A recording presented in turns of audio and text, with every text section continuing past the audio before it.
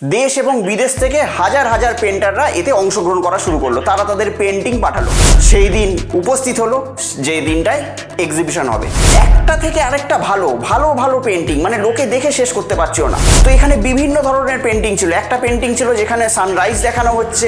তো যাই হোক, যে জাজেসরা ছিল না, এত ভালো ভালো সব পেন্টিং ছিল, তো ওরা একটুখানি জাজেসরা একটু কনফিউশনের মধ্যে পড়ে গেছে। তাদের মধ্যে একটা কিউরিসিটি চলছিল, একটা চাপা একটা উত্তেজনার সৃষ্টি হয়েছিল। কিন্তু এখানে একটি ঘরও আছে এবং দেখুন ভালো করে, সেই ঘরের একটা জানলা আছে। সেই জানলা থেকে একটা বয়স্ক লোক কিন্তু তাকিয়ে আছে আকাশের দিকে।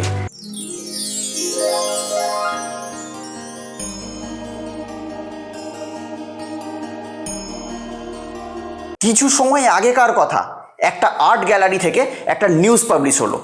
কি?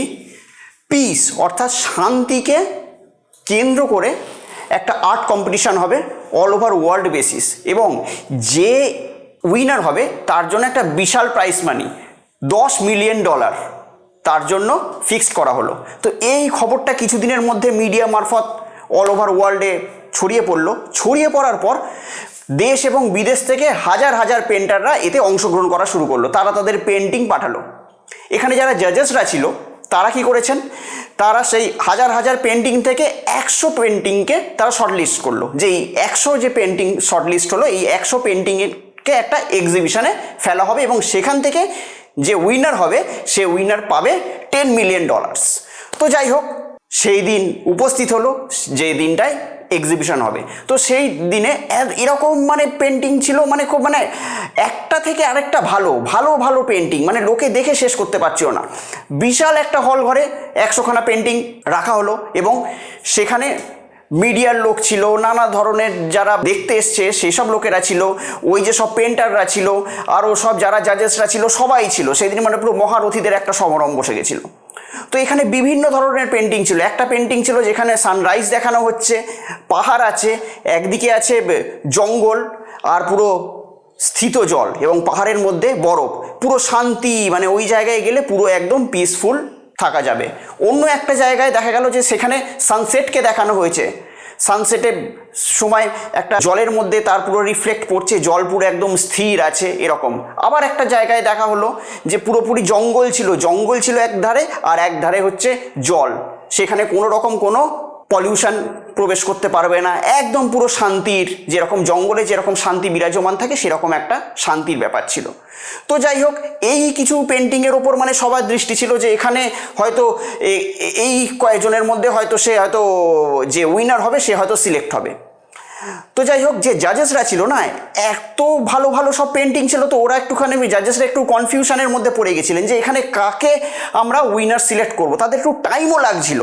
তো এরকম সময় উইনার সিলেক্ট হয়ে গেল। উইনার সিলেক্ট হয়ে যাওয়ার পর সেই উইনারের যে পেন্টিংটাকে একটা বড় একটা পর্দার পিছনে সেই পেন্টিংটাকে রাখা হলো এবং তার সামনে যে 100 জন যে পেন্টার ছিল যাদের এক্সিবিশন চলছিল তারা দাঁড়িয়েছিলেন, এবং তার সঙ্গে সঙ্গে মিডিয়ার প্রচুর লোক, তার সঙ্গে সঙ্গে যারা দেখতে এসেছিল সেখানকার প্রচুর লোক ছিল, সবাই দাঁড়িয়েছিল সেই পর্দার এপারে। সবার মধ্যে একটা অদ্ভুত একটা কিউরিসিটি, অদ্ভুত একটা সাসপেন্স একটা ক্রিয়েট হচ্ছিল যে কি, যে পেন্টার কে হবে, কার হাতে লাগবে এই $10 মিলিয়ন।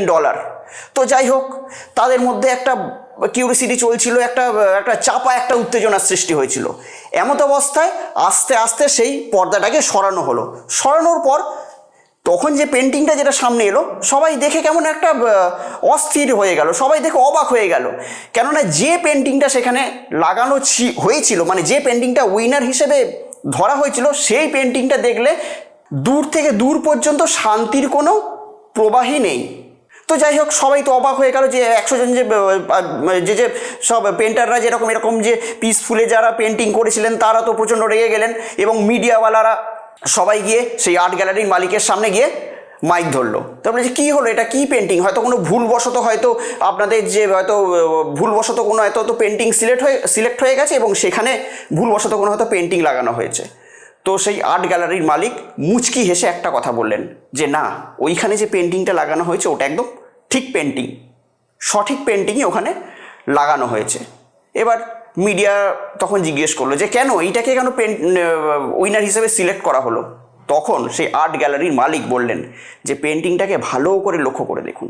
পেন্টিংয়ে তো দেখানো কী ছিল, যে ঝড় হচ্ছে, বৃষ্টি হচ্ছে, প্রচণ্ড বেগে ঝড় হচ্ছে, মেঘ ডাকছে, বাজ পড়ছে, এরকম সব দেখানো হয়েছে। কিন্তু এখানে একটি ঘরও আছে এবং দেখুন ভালো করে, সেই ঘরের একটা জানলা আছে, সেই জানলা থেকে একটা বয়স্ক লোক কিন্তু তাকিয়ে আছে আকাশের দিকে।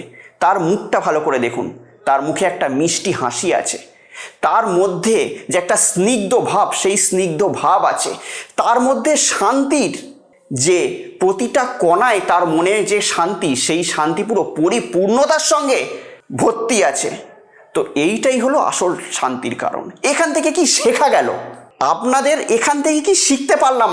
এখান থেকে আমরা এটাই শিখতে পারলাম যে শান্তি এমন একটা জিনিস যেটা আমাদের মনের ইন্টেরিয়ার পার্ট, অর্থাৎ সামনে যত হচ্ছে আপনার যতই অবস্থা খারাপ থাকুক, যতই কঠিন একটা প্রতিকূলতা থাকুক, ঝড় হচ্ছে, বৃষ্টি হচ্ছে, আপনার বজ্রপাত হচ্ছে, পরিস্থিতি প্রতিকূল হয়েছে, আপনার ফ্যামিলিতে প্রতিকূল পরিস্থিতি আছে, আপনার কাজের জায়গায় প্রতিকূল পরিস্থিতি আছে, কিন্তু ভেতর থেকে আপনি যদি স্থির থাকেন, ভেতর থেকে আপনি যদি শান্তি থাকেন, সেটাই হলো অরিজিনাল শান্তি।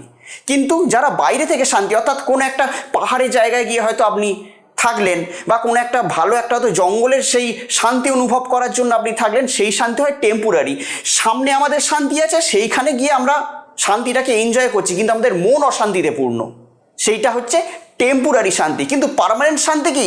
আমাদের সামনে যতই প্রতিকূলতা আসুক, যতই চারদিকের পরিস্থিতি খারাপ হোক, যতই ওয়েদার খারাপ হোক, যাই হোক না কেন, সেই খারাপের মধ্যে আমি স্থির আছি, সেই খারাপের মধ্যে আমার মনের যে শান্তি সেটি সর্বদা বিরাজমান আছে, এবং সেই খারাপের মধ্যে আমার মনের যে শান্তি সেটি আমার মনের কোনায় কোনায় পরিপূর্ণতা আছে। তো এইটি হলো আসল শান্তির মূল চাবিকাঠি।